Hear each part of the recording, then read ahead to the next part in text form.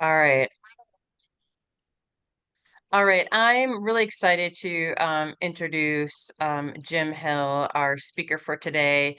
And I say speaker, but also someone that's really going to help us engage in some dialogue and to sort of discuss some next steps. We've been discussing a lot of issues within our system, especially when it comes to our mutual population, those with co-occurring mental health, as well as an intellectual and developmental differences. And so, how can we best meet their needs? We spent a lot of time last month talking about what's working, what's not working, what we have available within our system.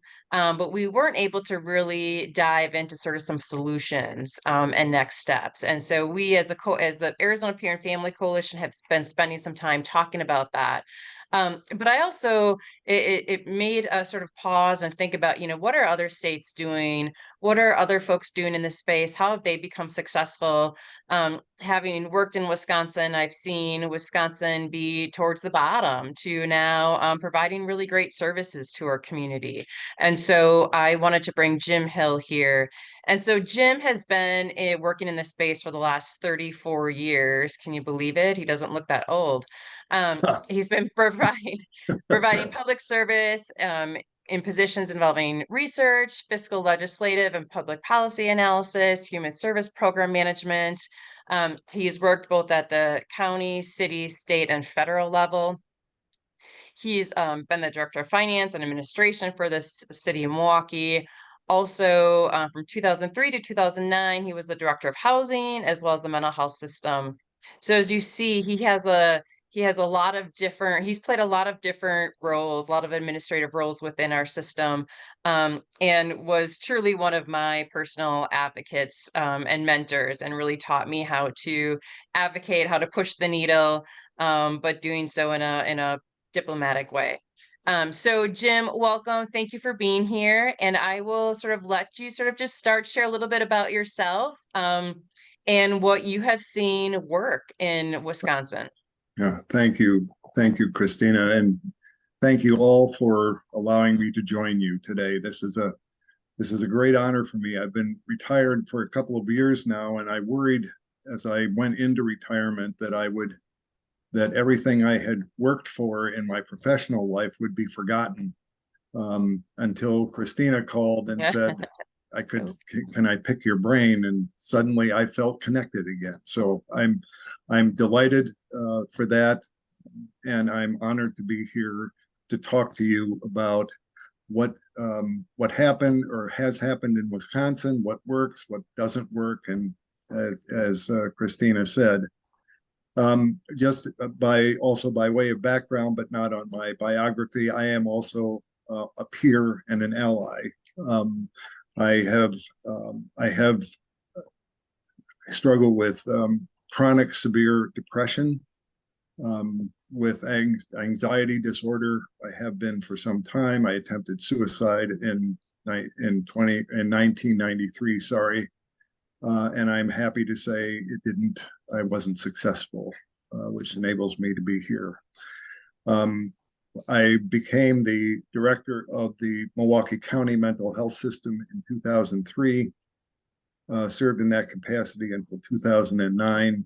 And in that time, I got a I got a very up close and personal look at just what challenges a mental health service system faces, particularly a systems that are controlled, essentially, whose fiscal abilities are controlled by the institutions that they go fund.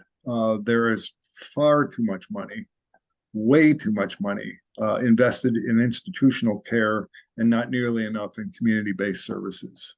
That was readily apparent to me from the moment I stepped into the role. I spent much of my time, if I wasn't working with the inspectors from the Medicare and Center for Medicare and Medicaid Services over something, a concern that had been raised about the quality of care in the institution. I was out quite a bit in the community, advocating not only for increased fiscal support for the community-based organizations that provide critically important services, but also in making sure that other components of this mental health system and also the developmental disabilities system, that component was also part of that my administration of the mental health system when I was Milwaukee County Administrator. All of these things were moving, all of these challenges were moving together at the same time. And Christina had shared with me the documents that some of the critical documents that sort of lay out what you've been facing for the last several years, the pressures that are being brought to bear on funding more institutional care at the, at clearly at the expense, since there's no such thing as money growing on trees. It clearly comes at the expense of providing services, necessary services at the ground level in the community to enable individuals to stay out of institutions but live productively and in a fulfilling way in the community, supported by a robust service system. Not an easy thing to accomplish under the best of circumstances, but darn near impossible if you've got institutions that are demanding and swallowing up more of your resources. Every dime of resources that goes into supporting an institutional operation is one dime that doesn't go into services. It's that simple. There are no infinite sources of money, and this is what happens when institutions scream for money. And then you layer on top of that the rare instance where something goes terribly wrong. A person who has been institutionalized is released from that setting and goes, and something tragic happens in the community, which then reinforces the notions on the part of many people about how we need more institutions. We need to bring back, God help us, the asylums, as they used to be called. That's not the answer. In my experience, I was convinced that very early on that was not the answer. That's not where the best care is. The data and studies on the quality of care in institutions versus community-based institutions is pretty convincing, no matter where you find it, that institutional care is clearly not a best practice. It certainly isn't state of the art, and it's all, and it is consistently outperformed by community-based services provided, training and licensing and of persons who provide services in the community are maintained. I was struck by, as I read the information that Christina sent to me, I was struck by how similar the issues are, and how similar they have always been. I mean, what you're facing in Arizona is the same thing that Milwaukee County was facing when I was administrator, and continued to face. That system, by the way, just parenthetically, has been dissolved. The Milwaukee County mental health system is now primarily governed by funding at the community service level, not in the institutions. There are emergency psychiatric facilities in the community that provide psychiatric care, emergency psychiatric care where it's warranted, but the system that I administered had a full-time 96-bed emergency hospital, which was always full. Part of the reason it was always full is because the services in the community that could be provided more effectively were poorly funded, if they were funded at all. So and what the other thing I learned, powerful lesson that I learned, is that this is a symbiotic system where all of the elements are interdependent. You cannot succeed with one element and expect the system as a whole to succeed and to function the way it should.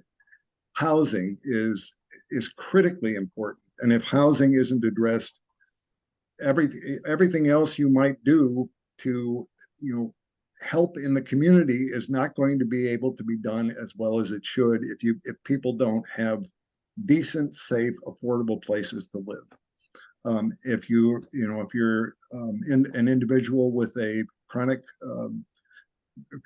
mental illness and you have no easy access to services in the community, the likelihood of not being successful in in an independent living situation is fairly high.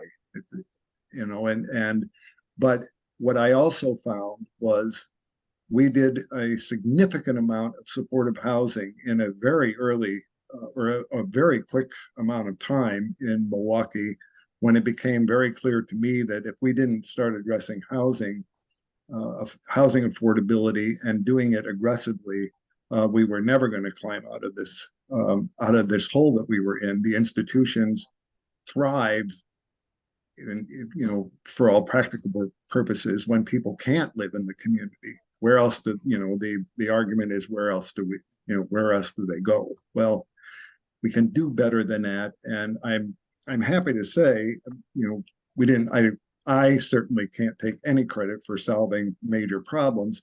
We didn't solve every problem there was to solve, but we made some huge inroads, particularly in housing and in beefing up community-based services.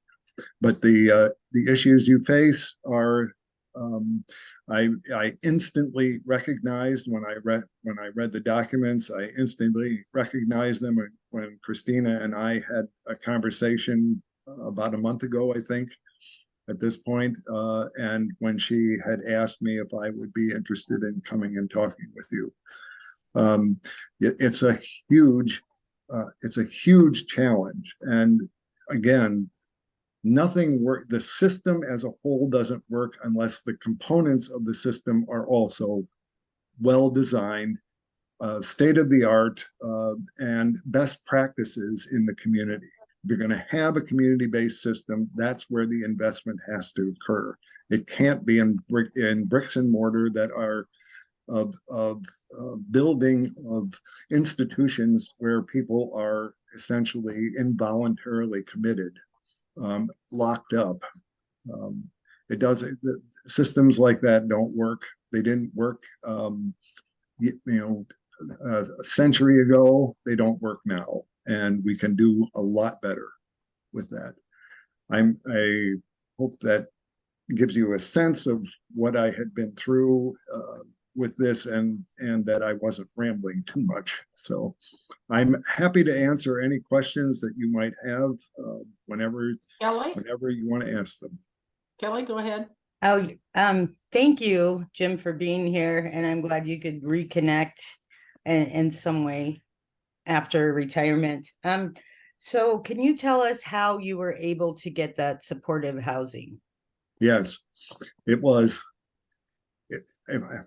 I'll say this: it was not easy. It did not come easily.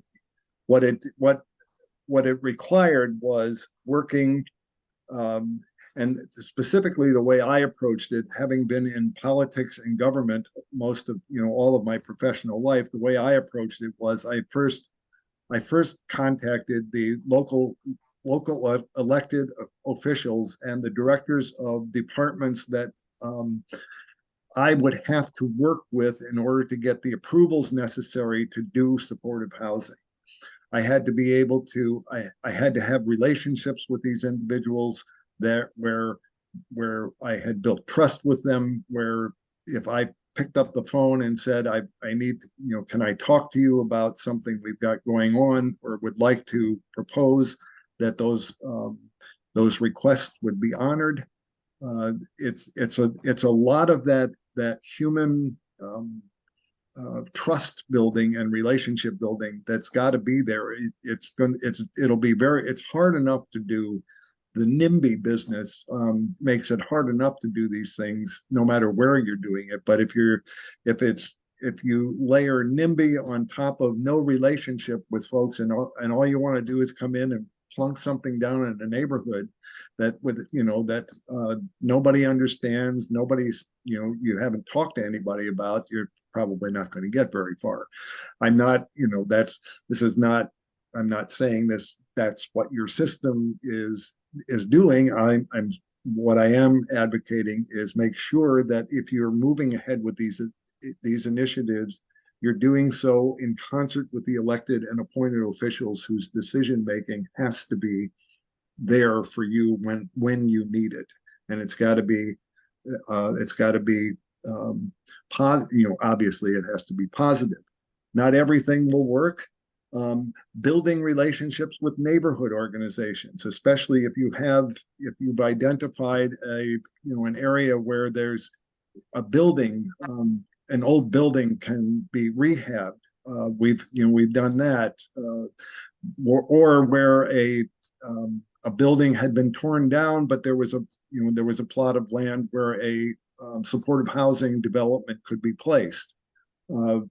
Identifying those opportunities, finding the right developer who understands what supportive housing is, how it operates, making sure that the mental health system itself is prepared with acts, to provide access or make access available for case management services, medication management services, and the like, for the residents who will live in supportive housing.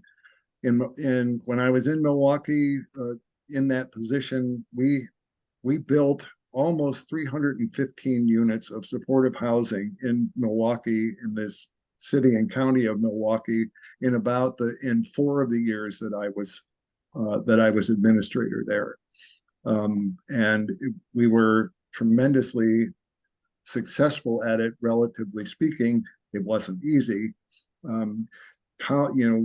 Being able to communicate with neighbors who lived within an area where a supportive housing development was being considered is critical. It's important, and that's why also developing a relationship with the elected official who represents those neighbors is also important. If you don't have that person's support, it's very, very difficult to get to do any kind of supportive housing in that area. So did that help explain sort of how we went about it? But it's relationship building. Yeah. Do you remember any of those developers? I remember all of the developers. Could you send us a list? Yes, yeah, I can send you a list. The developers we relied on were both local developers. We had one developer that had joined us early on, made it his business to learn about the supportive housing model. The Corporation for Supportive Housing was tremendously helpful in that regard. That's a resource that I relied on very much. Just learning how to get the financing for a supportive housing development is a very complex thing to do, and you can't do these things without financing, as you might imagine. But yes, I can get you a list of the developers that we used. There were also developers who were regional, known well regionally and nationally. So I'll get you that information. Thank you. So, yes, Jim, I have a question, Yes. and then Colleen Yes.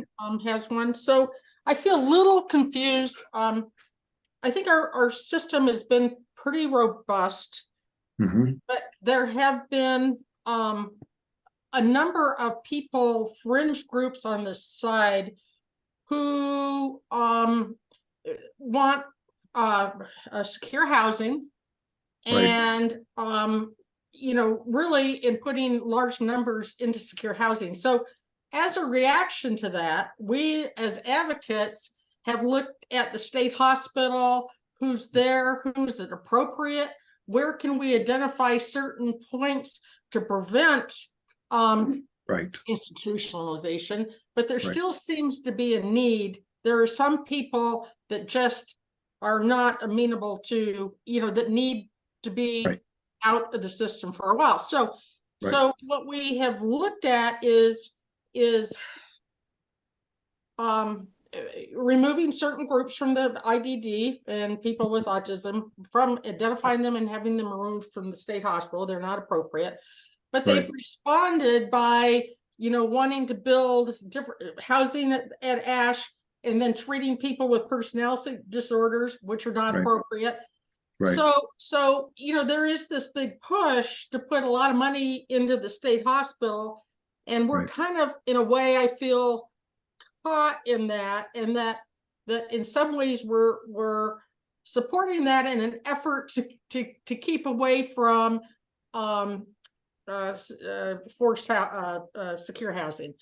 Yeah. So anyway, it's a challenge.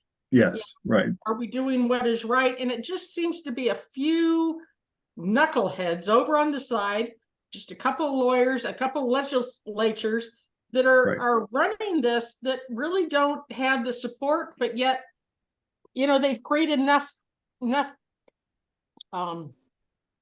Fear. noise in the system to get Yeah. some action. Right. Right. That's a familiar, yet another familiar element that makes the work that all of you do that's so important, also makes it very difficult to get through to individuals who need to be gotten through to in order to move ahead. The fight, the legislative fights over money for systems and bricks and mortar, and by bricks and mortar in this context, I don't mean supportive housing.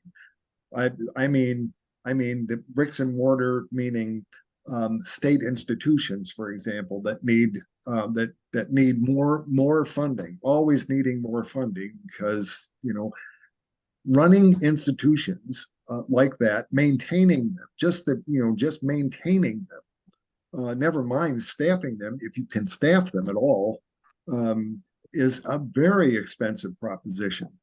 And it sucks up enormous volumes of resources in the community that can be far better spent on developing case or care management, a much more robust care management system.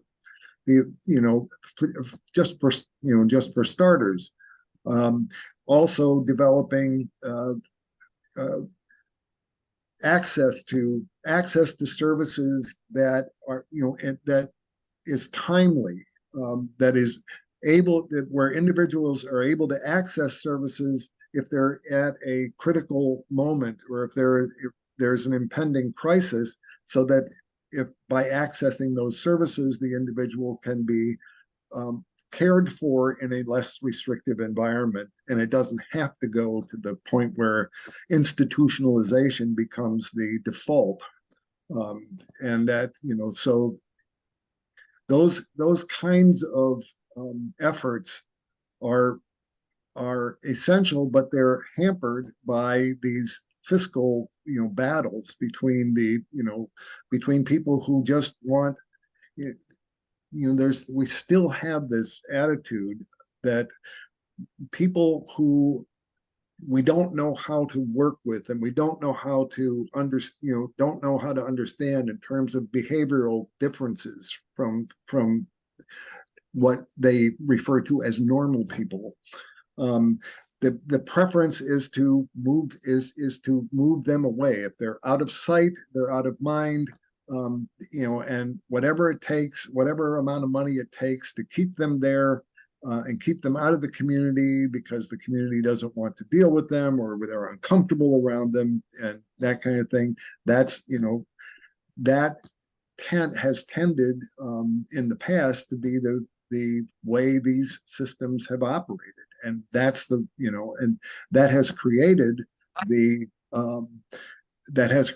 the enormous imbalance that we currently see in systems across the country between what the institutions need to keep their part of the system going versus what the community-based service networks need in order to keep their system, their part of the system going, when it's the latter's part of the system that's far more productive in terms of keeping people out of institutions.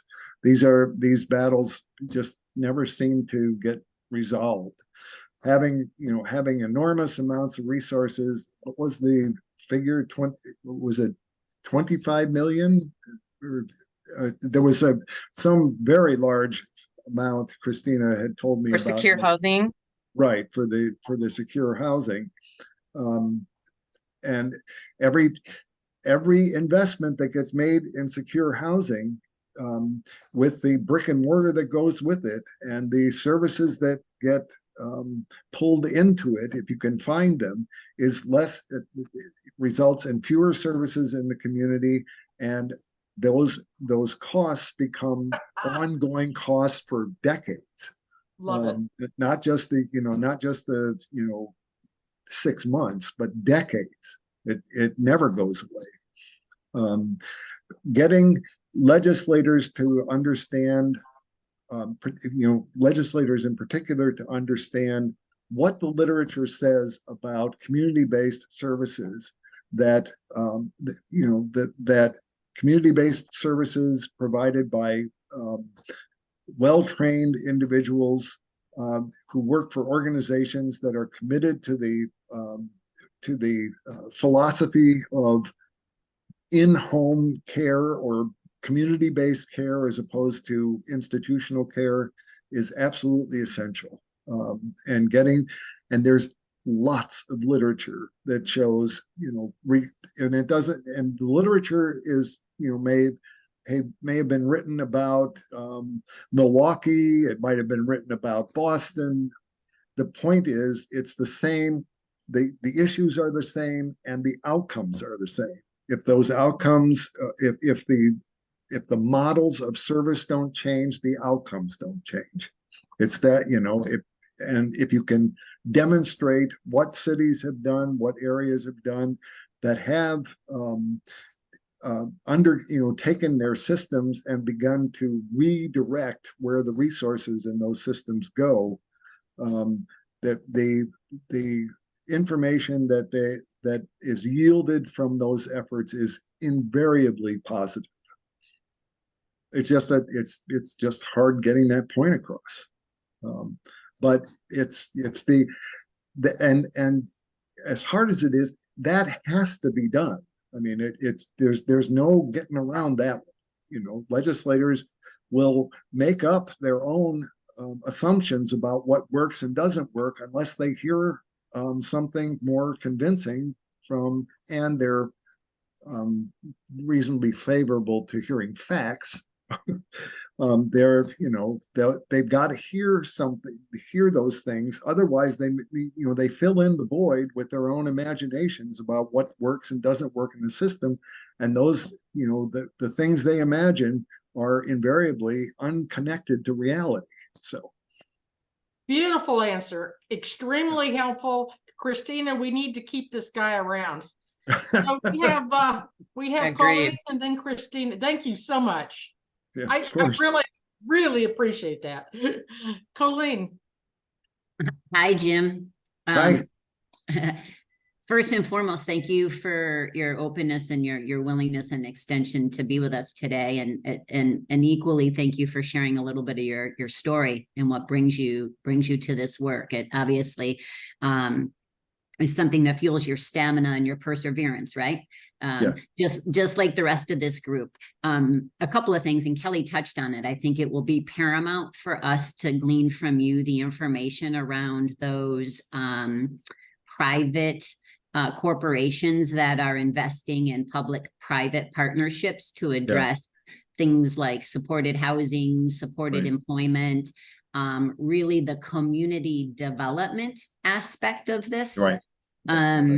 We will obviously, it sounds like, need to ingest a great deal consumption of steroids to expand our capacity to be everywhere, because it sounds like influence and relationship building, and it sounds like divide and conquer, because as a public health practitioner, this is where my academic life has been. I understand the return on investment for primary prevention does not yield support, quite honestly, at our state legislature for funding, right? Yeah. And we always come at things from a reactive crisis Exactly. management and stabilization. So I'm not sure I necessarily have a question today, but I would love to hear and continue maybe leveraging you, because where I sit is in the new year, I'm moving much more swiftly to address these issues for my son. I have a young adult son impacted by intellectual and developmental disability, has been without community-based services since 2011. I have agency awareness. I have state awareness. My state legislature is aware. I've been as kind as I could possibly be. I pray and I meditate every day that my message comes over kindly, however, still falls on deaf ears. So I've moved a little bit closer to those national organizations that are investing in community development initiatives in our state, the real estate industry, and larger corporations that understand the value of including individuals with neurodevelopmental, delay, whether that be autism, whether that be intellectual, disability, developmental delay in some capacity. But I'm one person that's been doing that for the last couple of years. We've had some success in New Jersey. We have one model here at First Place that's kind of doing it. Again, she comes from a real estate background. She comes from private sector. She chose not to engage the public programming until she had vetted her model and scaled it. Wow. Very close relationships with our state leaders, and she has a sphere of influence. So I guess maybe my question is, how do you think, with a very motivated coalition in the central region and in the northern region, how do we maximize the number of individuals for our greatest success? Because I feel that prevention needs primary focus, as well as, so crisis prevention is kind of how I'm bucking it, and crisis management needs attention. But how do we divide and conquer with the numbers that we have currently in our coalition? Yeah, it's a great question, and I'll try to answer it. The one of the things I would say in response is examine what has worked and replicate it. If it's worked somewhere, it's going to work someplace else. It's what we know about. We human beings are an odd species. We can behave really weirdly. It's hard, as you mentioned, to convince lawmakers that that it's worth funding prevention and early intervention, because it's a heck of a lot cheaper than than entering the picture when an emergency is already in full blown, and tearing families apart, and harming people in the process. Despite the obvious differences, it's hard, as you've discovered, and I'm sure all of you have discovered, it's hard to get to get elected officials to understand that there is a benefit to funding these programs that keep that from happening. It's always cheaper to prevent and intervene early than to wait for a full-blown crisis. So if wherever it works, if you've got components that work, replicate them. That's the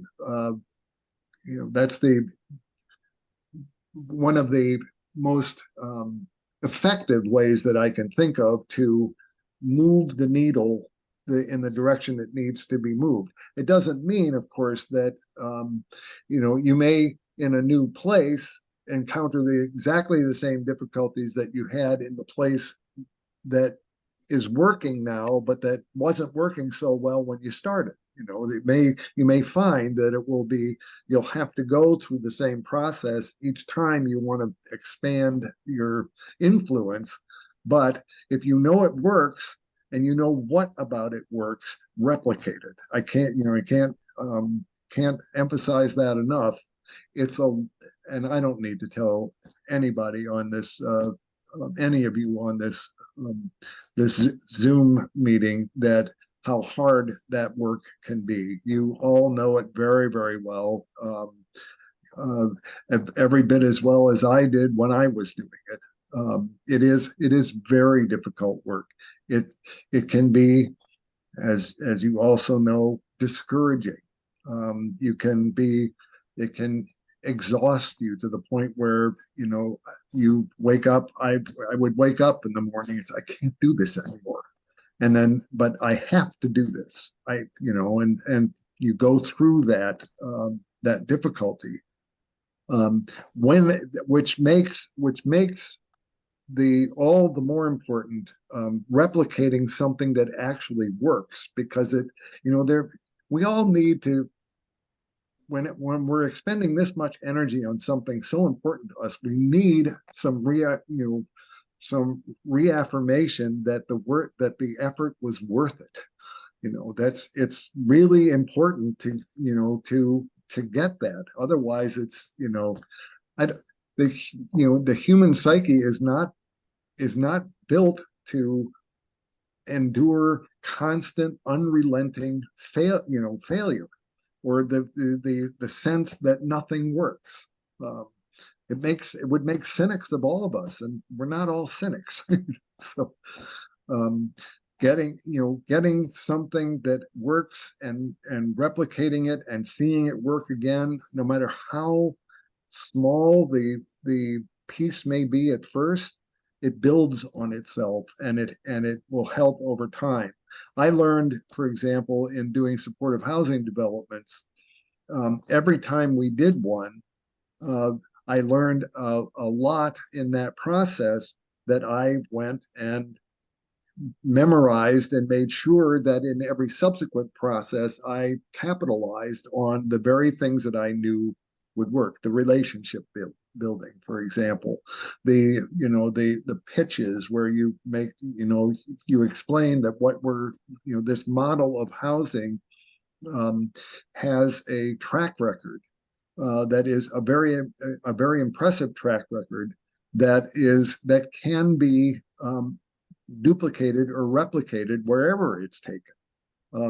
Doing those things again and again, and watching the result, and especially in a community where the individuals who are the decision makers in that community pay attention to what's happening in other neighborhoods in their community, and they see that it's working, and they, so that by the time you're over here, you're advocating for something fairly pretty similar in a different neighborhood. They're familiar with what's happened. The elected officials get more comfortable with it, and the effort to get it off the ground isn't quite as burdensome as it was when you started the process. We all need that kind of affirmation to keep going. It's the fuel that keeps us human and motivated. So, So Jim, you're absolutely right about needing that fuel. I'm probably your age. I'm retired. I also spent 7 years in the state hospital and different Oh. institutions.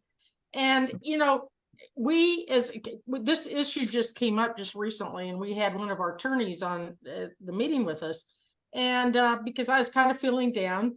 And she said, we have made tremendous progress in this community. Yep. And I look back and see what we started with, which is also nothing. I look at, the advocates, the people right here, just how their lives have changed and how we support each other. I got a call the other night that someone was Kelly supporting me because I was feeling down. So that is so important. And I think the other piece is what is difficult now is that there are things that are successful. For instance, at the state hospital, we used to have cottages that were very, very good. So I called the psychiatrist, who's a friend of mine. He said, "Oh, Kathy, it won't work now, because protocols, laws, everything, things have changed." And so Right. it's so hard to factor in a changing system and look at what did work with what's possible now because of all the changes. But Right. we have a wonderful leader, and that's Christina. Yes, indeed you do. would not Yes, believe you what do. she has done in just the last year and a half and I bringing bet us. I would. Well, yeah, and it's I so appreciate the things that you have shared, because we really need to kind of hone in on and what she's doing with us. I mean, all of us have so many ideas, we want to do all this stuff, but Right. I think some of the advice that you've given is very profound, and we can very really make use of some of that. Yeah, I'm glad. So The Christina, other oh, I'm thing I sorry. would, oh, Go ahead. I'm sorry, I didn't mean to. I No, didn't mean. I'm done. The other thing your comments, Kathy, have prompted me to think back on other things that have worked. The stories that you are able to tell, the real life stories about what your experience was being in a state mental hospital for 7 years, and why that wasn't exactly the best practice. It might have been thought that way at the time, but it was not terribly helpful. But your ability to tell those stories, and that goes for all of you, those of you who are peers, your ability to tell those stories and tell them dramatically. I remember listening to others in Milwaukee while I was trying to move the needle as well, listening to the stories they told, and they're you can see the power of telling those stories and its impact on the people that you're talking to, and use that wherever you can. If you're willing to talk about it publicly, these stories are very powerful, and they're very important for legislators and aldermen and people like that who make these kinds of decisions on a regular basis. It's very important for them to hear it, to hear those stories. The other thing that is that 20% of 20% of the of this nation's population suffers some sort of mental illness, and that 20%. Those individuals, as all of you have pointed out in your own instances, have family members, and those family members have friends. But by the time you figure out how broad the awareness is of what mental illnesses are and how they affect individuals, particularly individuals that you feel close to, that are family members that you love,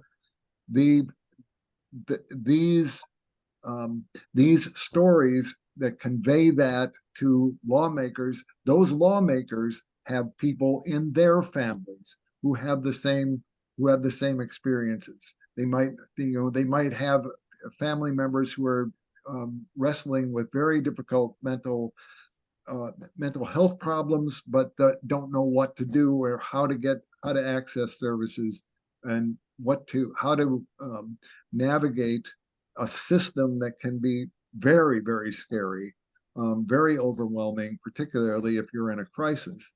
And they're thinking to themselves while you're telling your story, this could be me. This could be my loved one. This could be my neighbor, the person I talked to last night over the fence. When they hear this, they internalize it and they take that information with them. I've seen it happen over and over and over again.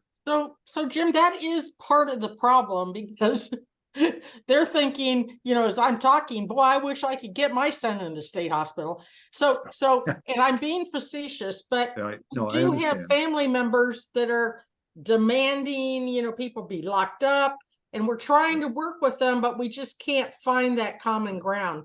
Right. Christina, do you have a comment about that?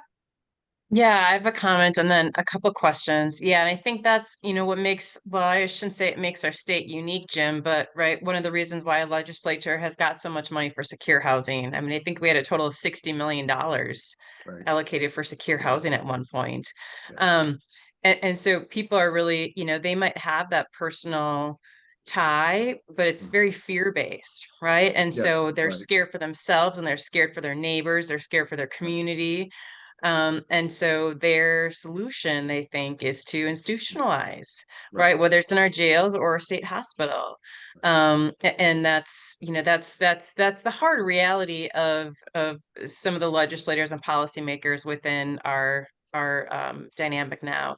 Right. One thing I was gonna ask Jim, sort of along those lines, but when I moved here, and my fellow advocates here have all heard this many times, like I was sort of floored by the lack of advocacy that was happening in Arizona and the siloed advocacy. And so Jim, when you were the director, if we didn't think you were doing a good job, we all told you about it, right? And you Yes. heard us. Yeah, And absolutely. so, but what you did though was you embraced the peer and family voice and you Right. listened to us and you worked with us. Right. And so what advice do you have for us in trying to encourage and convince administrators that we might be helpful? It might be helpful for us to be on the front end of some of these decisions versus having to sort of defend and pull apart and, scream at the back end. Right. How did you as administrator do that? Because you didn't have to listen to us. Right. Right. Right. And if you didn't, we made you know we were not happy about it. But how did you move forward knowing that we could be helpful to you in your role as an administrator? Right. What a great question. I have vivid memories of that. It was not, as the administrator of the mental health system for Milwaukee County, I had daily a daily up close personal front row seat view of exactly how these systems operate and what works and doesn't work.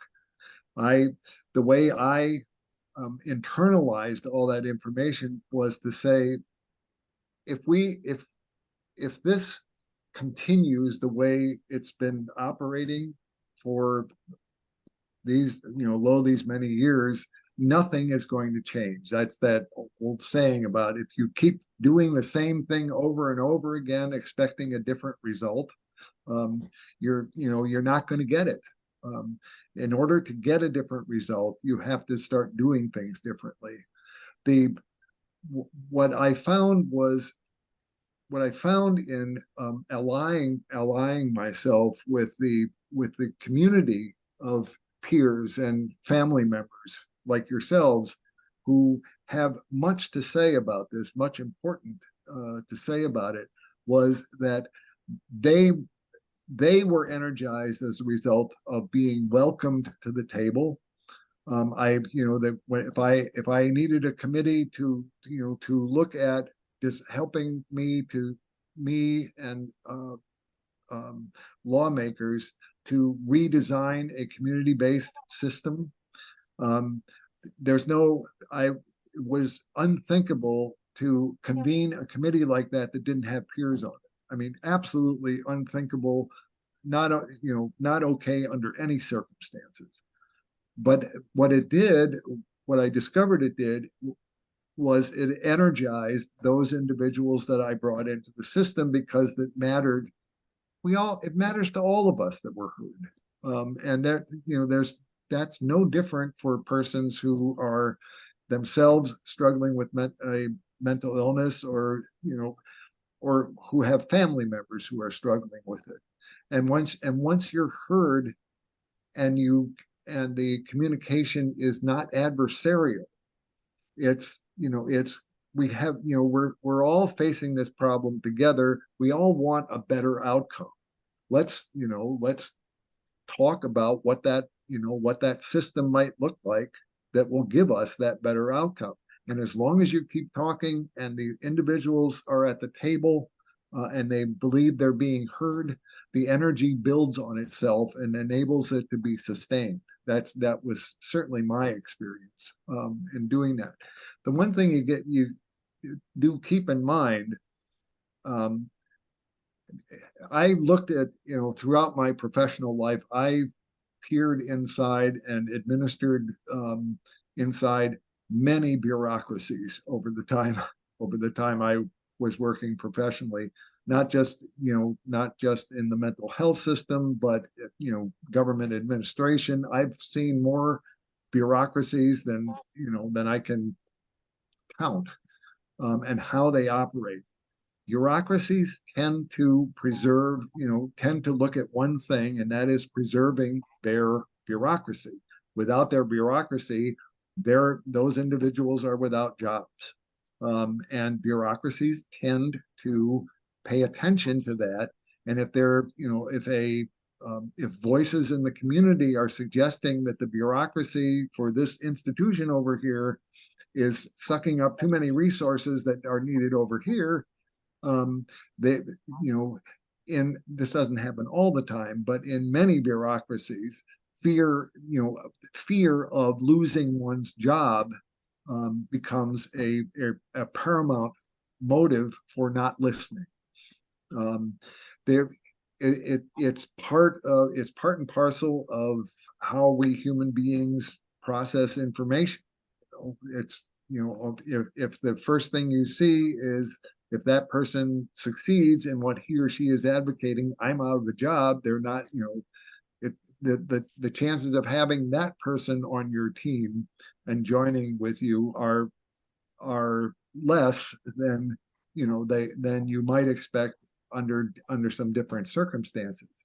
In my particular case, it was my job as the administrator to talk to the staff people who reported to me and tell them why these voices over here are important, and that it is not necessarily the case that the pursuit of one objective or one set of voices results in the dismissal of the other set. It's not a foregone conclusion. That administrator needs to be tuned in to his or her own staff, and tuned into the voices in the community that have every bit as much right to say what they need and want from their system as the employees want to be able to say that they need and want their jobs. Talking to those individuals, getting them to understand we're all in this together, and you will figure it out. And as long as you keep people talking, as long as you keep them at the table and keep them talking, the important voices, you'll figure it out. It'll come. It may not be easy. It won't happen overnight, but it'll come. So. Yeah, thanks, Jim, for saying that. With the bureaucracies that we have right now, it's just everyone's, feels like everyone's pointing their finger at everyone else. Everyone's looking at the funding streams, right? right. We have the state hospital that's funded by this way, but then we have the community of care that's funded the other way, but yet those organizations aren't talking. I Right. know recently we asked one for data and it was sent to the other government agency, and they're like all upset about it, but they started talking for the first time, and it's just like, what? Like, Yeah, right, this, what exactly. do you mean you're first talking about mutual clients that you serve? Like, that doesn't Yeah, make right, any sense to me. How is that possible, right? exactly. And I think, one thing in Arizona is that because of a lot of different reasons, we have Office of Individual and Family Affairs within our health plans and within Medicaid. And we have them, but are they heard, right? Are they Yeah, used the right, way they should be? right, Or quite frankly, are they tokens within our system right now, yeah, right? It was a great piece that came out because of some lawsuits that occurred, but now do they have that say and that power and that voice that they should have and that they deserve, right? Or are they just there because they have to be there? right, And right. that's that obviously that's frustrating as well. The other thing I was going to ask is, as Mhm. we look into as we go upstream within our system and we look at prevention and what's not working, our system spends a lot of money. Yeah, um and we still rank 48th, I think, in mental health yeah. within the country. Mhm. So while we're spending a lot of money, we're not doing a very good job, right? And so what we're seeing is really lack of accountability. And Right. so how did you as an administrator, whether it's with housing, whether it's with behavioral health, how did you hold providers accountable? Right. Well, when you say providers, you're talking about the um The in behavioral health providers, the Behavior. community-based providers. community-based, Yeah, yes. okay.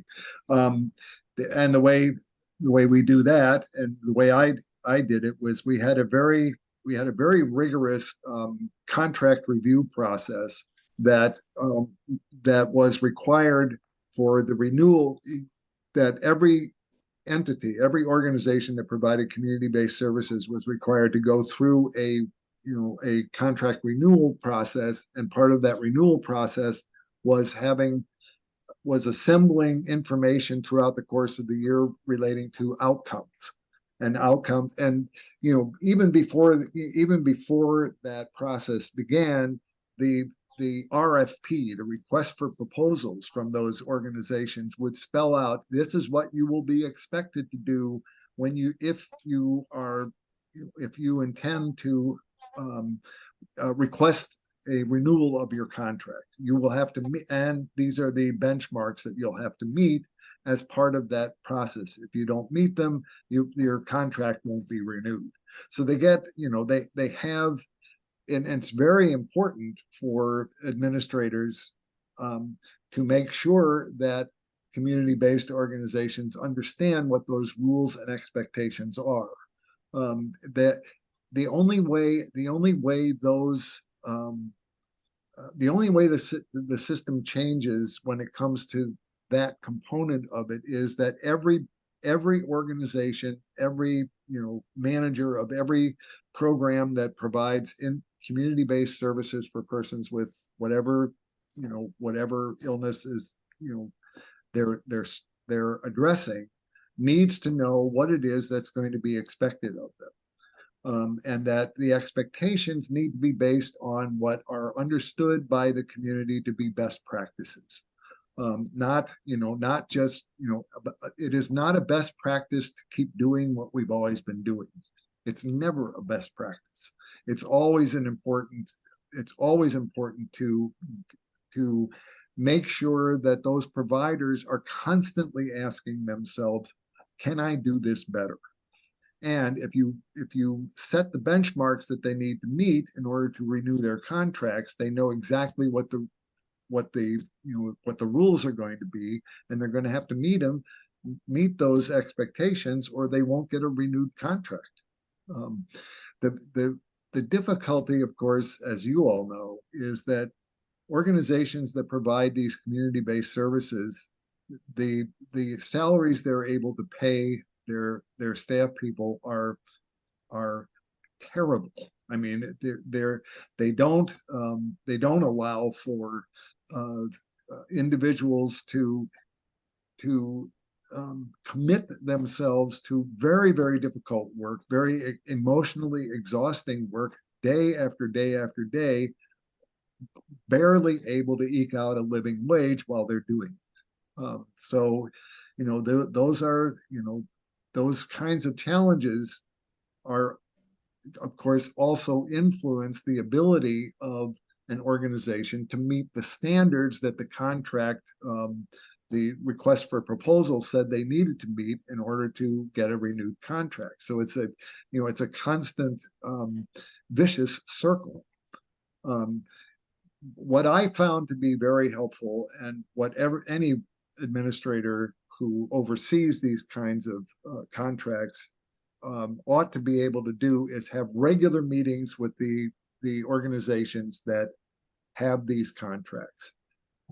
Get to know them well. So how's it going? What are your challenges?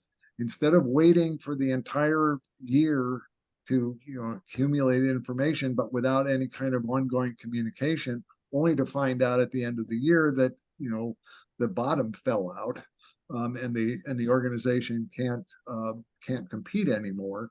It's important to develop those relationships and maintain them throughout the year, so that if something comes up that could be a problem in terms of performance under the contract over time, it potentially can be addressed in a timely fashion, rather than waiting until the end when everything else has gone to hell in a handcart.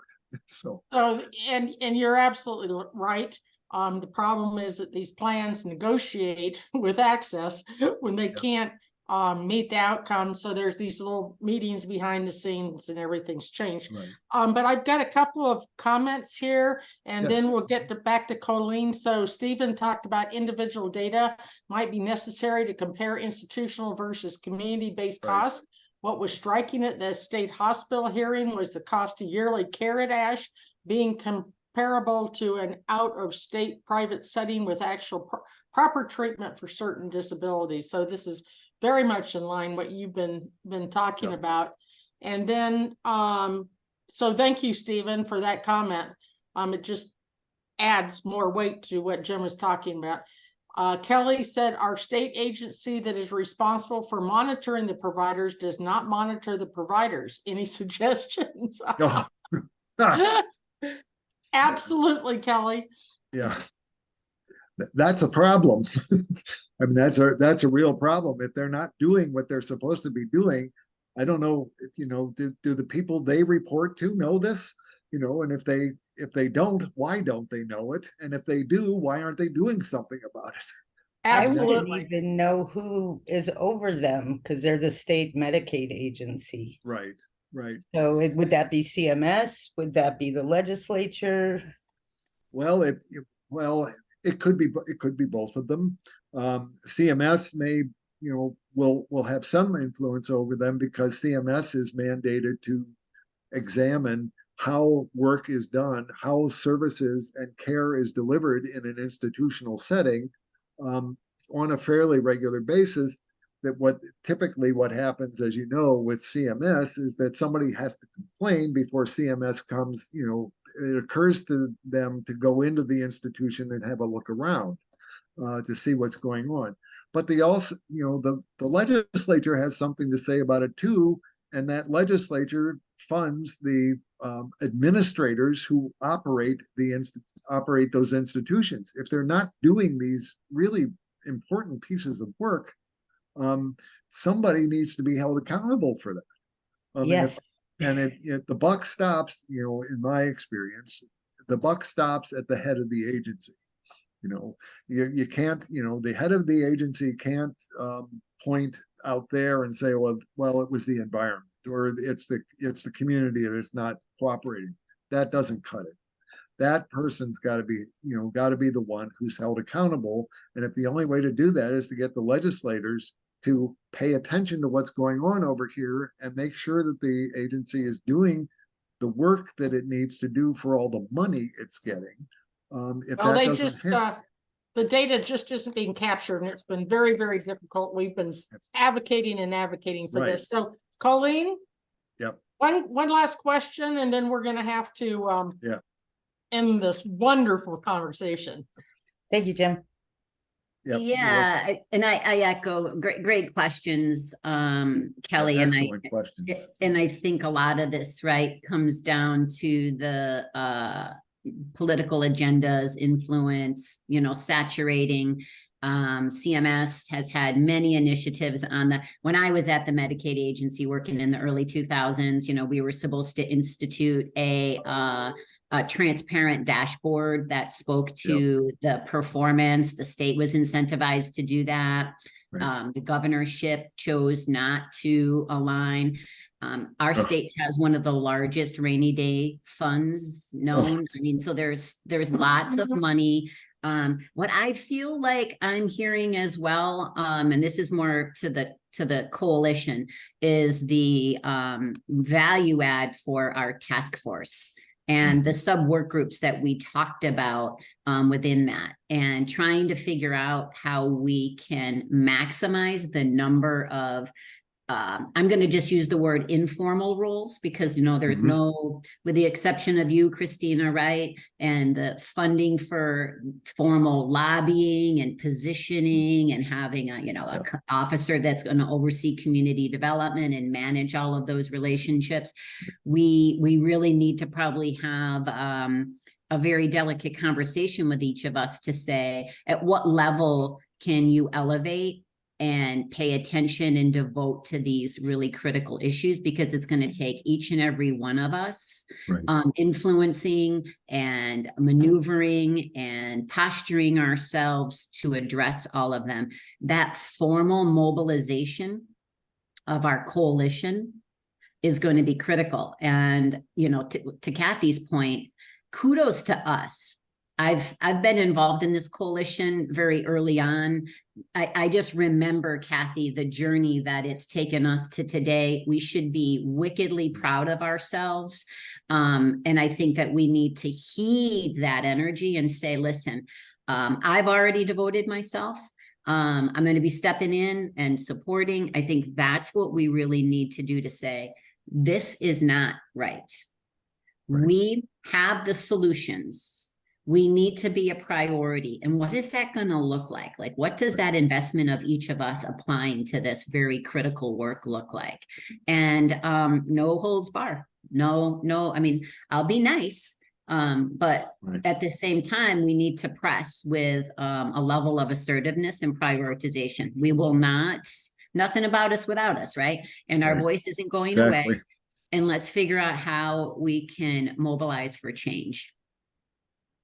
So thank you, Colleen, for your comments. Jim, it's time to end this most stimulating conversation. And I think it was you came at a very important time, because we needed to hear good stuff, directions that we can go.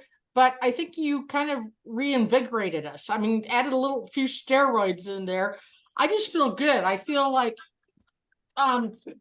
sorry, things have been clarified a little bit for me. It's hard when you're in the middle of everything to step back, and I think I've been able to step back a little bit. So thank you, and I hope that you maintain this relationship with Christina and all of us, because it's been very, very helpful. So I just wanted to remind everyone that our next Mental Health Monday is October 23rd. Then the Northern Arizona Peer and Family Coalition, and Lori just got on. She was having her hair cut, but she runs the Northern Arizona Peer and Family Coalition. The next meeting is Wednesday the 18th at 1. And the third thing is that NAMI-Yavapai.org, if you want future information for NAMI-Yavapai and the NAPFC, for the time zones and the links. So is there anything, Christina or Lori, that you would like to add? Lori, you just met a wonderful presentation. I'm glad it's all on tape for you to view. So Christina, I'll throw it back at you. You have anything to wrap up? I just have two things, but Lori, I see you're off mute and ready to speak. Did you have something to add?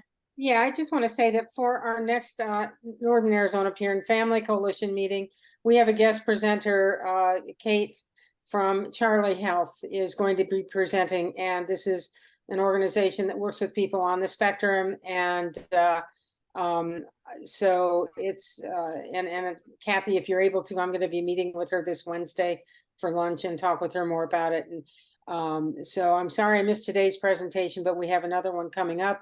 And we're just really following the thread on this topic of folks in these populations that have been their service needs have not been met. The training hasn't been provided to the people providing them services. So with that, I'll turn it back over to Christina. Awesome. Thank you. And I just wanted to say, Colleen, I really appreciate your last comment because I do feel as though we've made a lot of progress. And I think, the other big thing is not only making sure that the coalition does what they can to empower more members to share their stories, but to encourage other advocacy groups to do that as well. I mean, we made a lot of progress in Wisconsin, but we did not do it by ourselves. I mean, when there was a meeting that was held, we had Mental Health America there, we had all of our NAMI chapters, we had Center for Independence, we had our Protection and Advocacy Coalition. I mean, Barbara Becker, gosh, I mean, every meeting she was at, Protection and Advocacy Coalition was hugely important. We were all there. I mean, if we came in the room and there wasn't enough seats for us, we were like offended, right? We're like, what do you mean? There's 15 of us here, so you're gonna have to put more seats out because we're not leaving, right? And so people just knew to include all of us in that conversation. And it was a strong movement. But it was many of us who had to work together. I think the other thing I just wanted to add too is one of the things that we did in Milwaukee with Jim and many others was the Comprehensive Continuous Integrated System of Care model, CCISC. And Dr. Minkoff actually lives in Tucson right now. So this might be something we want to think about. But we worked with the Department of Housing, with our behavioral health system. We all got together. And I mean, I was in charge of the recovery-based work group. And so we literally call providers to make sure they're welcoming, recovery orientated, that their voicemails were friendly. I mean, we did so much, but we did it together with all these bureaucracies at the same table. And there's many times where we didn't disagree, but it was a beautiful process that they really embraced. So anyways, I just wanted to end on those notes. Jim, thank you so much for being here. You're always go ahead, Jim, please. Yeah, and if I can, thank you again for inviting me, Christina, and thank you all for what you do. As Christina has noted, the work you do is extremely important. And you do it brilliantly. Christina and I have a history of working together. I know what this outstanding human being is capable of. You've no doubt seen it. And you cannot be being better served by anyone by having her here. We miss her. We missed her immediately in Wisconsin, and but you have done very well to have her in your corner and using her powerful voice. And you can't have her back. Yeah. I also, in my conversation with Christina, I also indicated to her, and I am obviously, I mean this.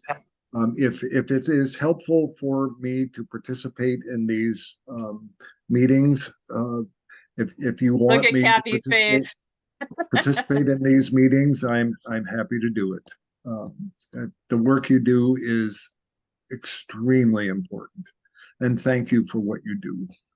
So, Thank you, Jim. Way to start off our week. Appreciate that. you're welcome. You're very welcome. All right. And we heard that. That's being recorded and it is on record. And Kathy gave you a round of applause because we have many more questions, grievances and appeals. We could go on and on forever. But thank you very much for being here. You're very welcome. All right. Guys. See everyone next month. Thank you.